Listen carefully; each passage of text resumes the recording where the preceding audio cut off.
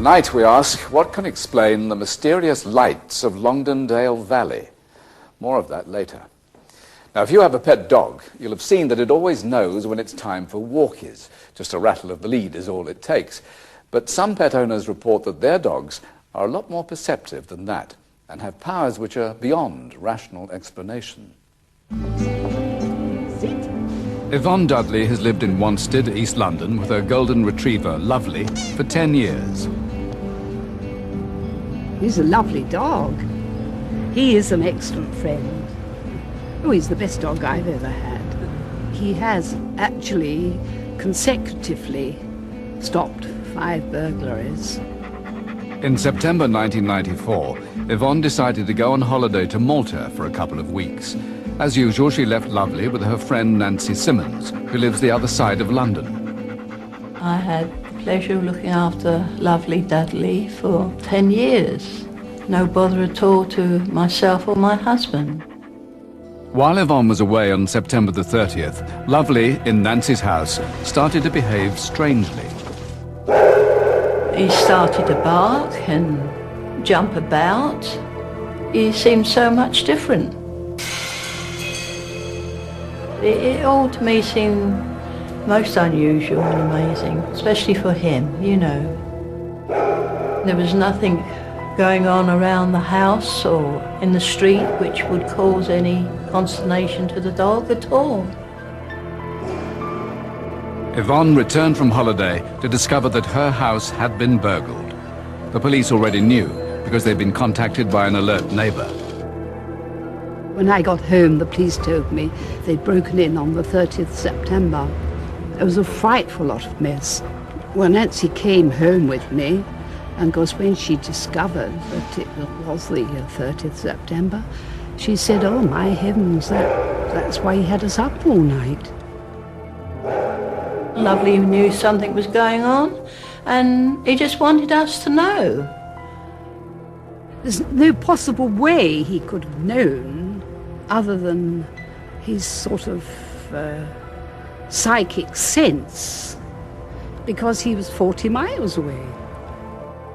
Was this just coincidence, or could Lovely have sensed the intruders in his home while he was so far away? Dr. Rupert Sheldrake is a biologist and author who has specialized in animal behavior. I'm convinced on the basis of the experiments we've done that this is a real phenomenon, very commonly experienced. And how we explain it is a mystery. Nobody knows how to explain this. Dr. Sheldrake's research has uncovered many claims of dogs that seem to sense danger during the Second World War. Many people found that their cats or dogs seemed to know in advance when there were going to be air raids, often 10, 15, 20 minutes before the sirens went off. And some pets went on doing this when the Germans were shooting V-2 rockets at Britain. V-2 rockets were supersonic, and there was no way they could have heard them before they arrived. But dogs don't just seem to know about man-made disasters. For 10 years, Jonathan Edwards has run Lower Mill Kennels in Shropshire. He says dogs staying at the kennels showed an extraordinary power of prediction one night in March 1996.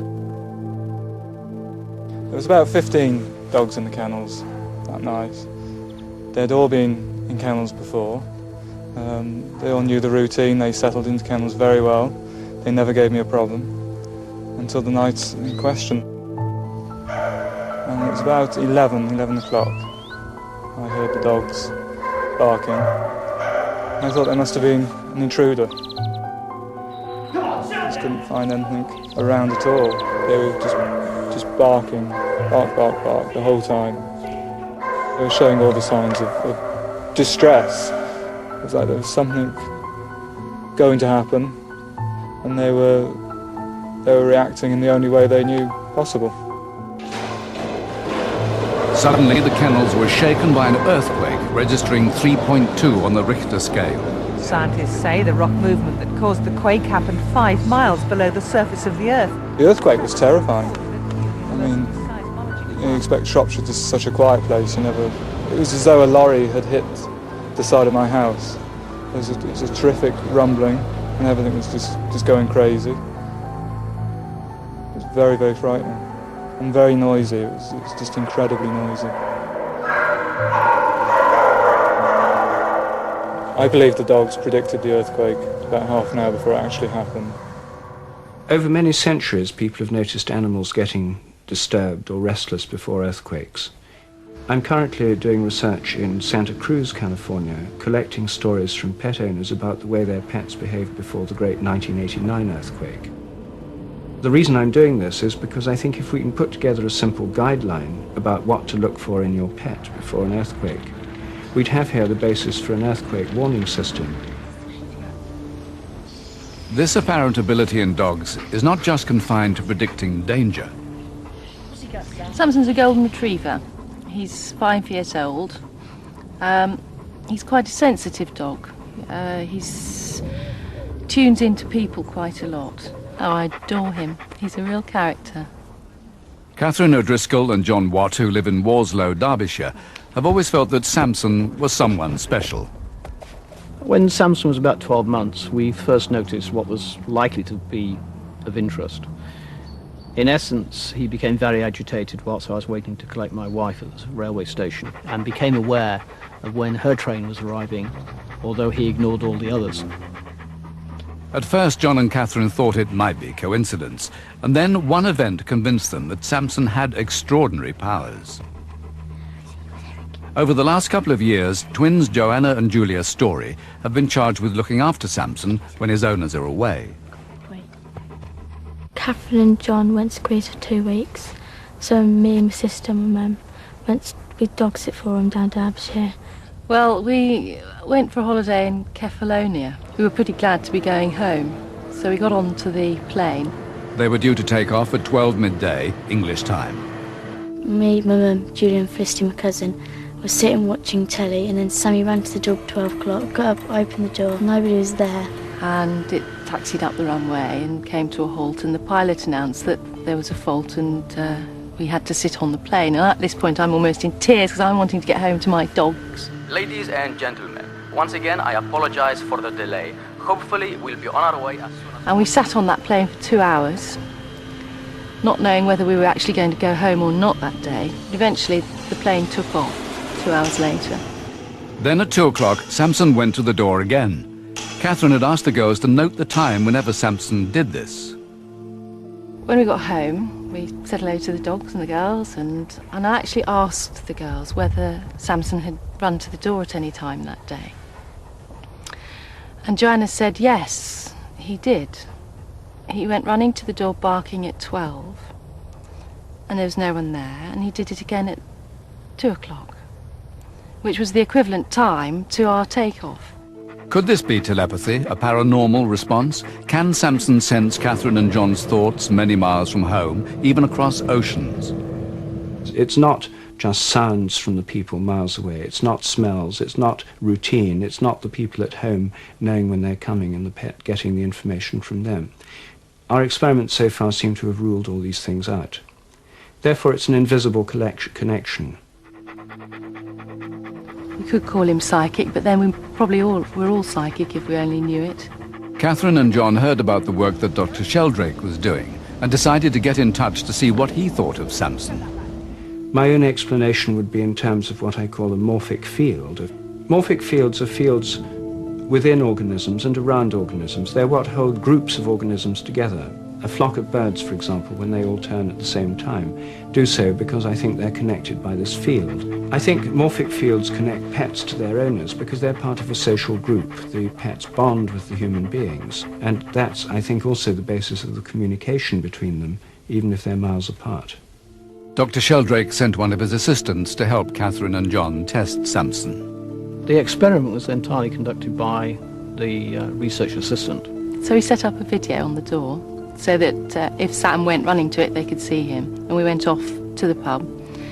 And I had no idea when we were going to come back. The return time was picked randomly by the assistant. Neither John nor Catherine knew when it would be. And at around 3 o'clock, when they made the decision to come back, Samson got up and went to the door and showed that he was aware that Catherine was on her way back.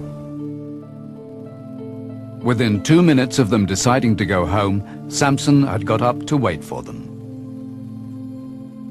I don't think that knowing when people are coming home is a premonition. I think it's something more like telepathy. Samson behaves as if he knows that they're going to come home and waits by the door. We don't really know how sensitive animals are to various things, but I think they also have the ability to know things that, an ability that goes beyond the normal senses, through a sixth sense. I once had a dog that had the strange power just to disappear, usually around bath time. After the break, we ask, can anyone explain the mysterious lights which illuminate Dark Peak?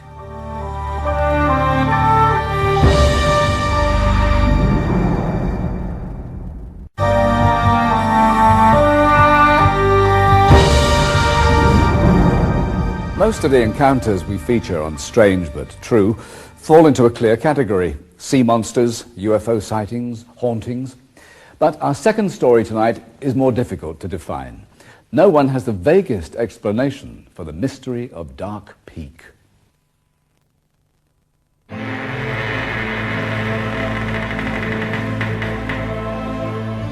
Wild, remote, lonely.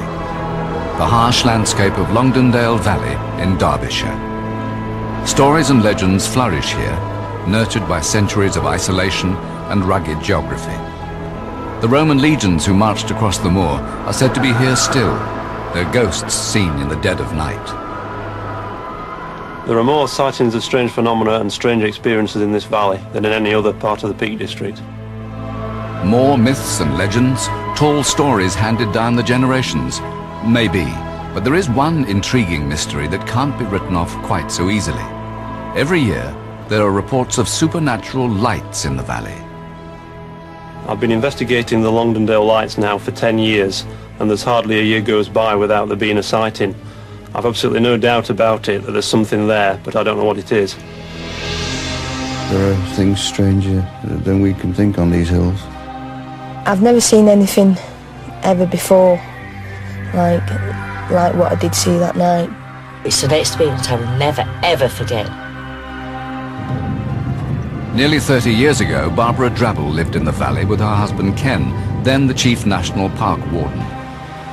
I was coming from my mother's in Manchester, lovely warm summer's night, nothing unusual at all, just a normal journey. I was just in a hurry to get home. I saw the whole valley lit up with a very, very bright light. Made everything very, very clear. You could see the contours of all the stones, every little detail up on the mountains with absolute clarity. But it didn't dazzle the eyes at all. And also, as soon as you drove into it, it went very, very, very cold. The temperature dropped. It was a memory I will never forget.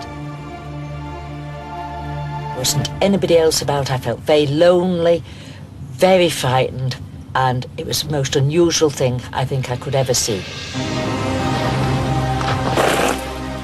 Ken! The light was still there, and I wanted somebody else to see it. So I dashed into the house. Ken! Quick! What? Come and see this! Quickly! What's the matter? Quickly! A light in the valley! He's gone now, but I did see it. I did. What are you on about, Babs? There's nothing out here. The whole valley was lit up like daylight, only brighter. I drove the whole length of it while it was lit up. It was incredible. You're tired. You've been driving a long way, you imagine. You're freezing. Ken, I know I'm cold. The light made everything cold, icy cold. Feel this. How do you explain this then? You could see this film of ice, despite the engine must have been hot, driving all that way from Manchester. The engine's icy, like I hadn't been driving it at all. I can't see why she should make such stories up if it wasn't true, because she wasn't that kind of a person. 3 years later, the mystery of the valley was rekindled with a call from the local youth hostel. Hello? It's Joyce. Joyce, how are you? You'll not believe this. You know those lights you saw? We can all see them. They're up on the moors. They're shining like the blazes. No. Come on over, quick. Bring Ken. The youth hostel is seeing lights, like I saw. Come on. More likely a climber in trouble. I never for one moment doubted that I had seen it, but everybody else did, and I was just so relieved that other people had seen the light and could verify my story. By the time they arrived at Crowden Youth Hostel, the light had gone. But Joyce Buckley and a crowd of residents were adamant they had seen something. You better come with me. I think it was lights rather than light, and that a number of hostlers had seen this. Joyce, take that. Wait for my call. Could have been possibly a flare, a pyroilluminator, or a distress signal, and therefore I put into my mind an emergency of a rescue form. Ken drove the 2 miles to the bottom of Peak Naze Moor, from where the mysterious lights had emanated. We drove round up the shooter's track to the cabin on Peak Naze. There I lit the lamp. These lamps were large gas lamps, today museum pieces. They had to walk the last half mile to the ridge overlooking the valley, inaccessible by any vehicle. We walked across the moor in the direction of Torside Clough, where we made a lot of noise. Hey! Nothing was heard, so we carried on to the edge of the clough. There's no one here. There's no sign of anyone either. Peatland Crowden, this is Peatland Bravo. Are you receiving me? Peatland Bravo, this is Crowden. We're receiving you. Am I in the location where you saw the light? Yes, you're in the right location. But your light is nothing like we saw. It's too dim. It's like a candle in comparison with what we've seen. What they saw, I don't know, but they most definitely saw something which was brilliant, large, and beyond anything which a human being, I think, could carry up there. 30 years on, stories of the phantom lights continue to flow out of the valley. The local mountain rescue team's logbook reveals a consistent catalogue of call-outs prompted by spurious reports of weird lights. Yes, we get more than the average number of call-outs, in fact more than the average for the entire Peak District in this area. These are from motorists who have seen strange lights on the hillside. But on investigation, nothing's ever been found. Among the few people who live on the moor is artist and school teacher Sean Wood. There are certainly lights on the moors, and they've been there maybe twice a year since I first moved in 1980. 1980, in the January of that year, I saw the first one, large circular ball of light, purple in the middle, blue around the sides, and a white sphere completely around that. With so many local reports of lights, could they be explained by the man-made structures which stride the landscape? These electricity pylons, perhaps? We could have arcing and sparking from the insulators, which are very high up on the pylon, but this would be caused during wet weather and polluted conditions. It would be very difficult to see and almost impossible from ground level, and certainly couldn't be seen from any great distance. If they're not man-made, could the lights be something natural? Freak weather conditions, perhaps? I think ordinary lightning strokes can't be the answer, because a single lightning stroke lasts less than a second and is localized, of course, in one area of sky and couldn't light up a whole valley. There's a thing called will-o'-the-wisp, which has been known a long time, which is a sort of flickering blue flame which occurs over marshy, boggy ground. But this would be very dim and unable to light up a large area. One man, leading geochemist Paul McCartney, reckons he does have a scientific explanation for the Longdendale sightings. He's been working on a project he calls Earth Lights. We perform experiments by crushing granite cores in the laboratory. What we saw in a trial run was a bright orange ball, eerie orange glows which flitted around the crushing chamber, lasting for several seconds. The Longdendale Valley is an example of a highly faulted area where these light phenomena may be more common than not. But the Earth Lights theory doesn't explain an experience which will haunt Laverne Marshall and her daughter Stacey for the rest of their lives. It was 10:45 at night last February, and we was on our way back from Heathrow Airport, where we dropped my son off, and he was going to Australia to see his grandparents. Have you found where we are on the map yet? Hang on.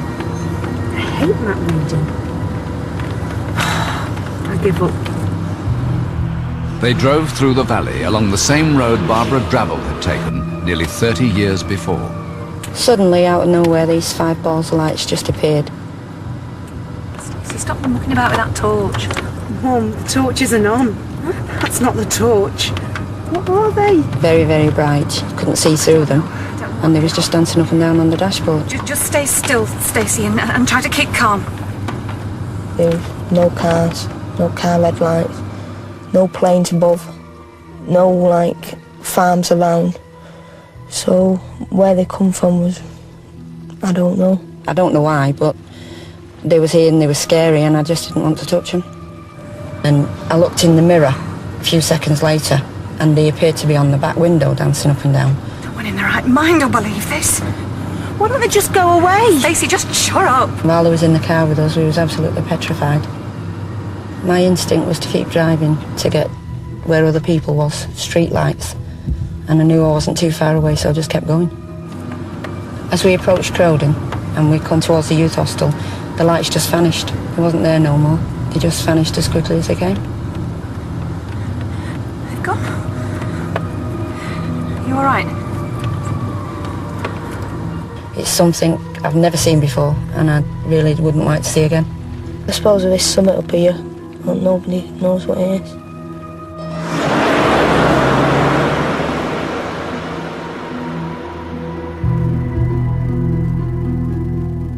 That's all for this series. I hope you've enjoyed our tales of mysterious encounters. We'll be back next year with more stories that are strange but true.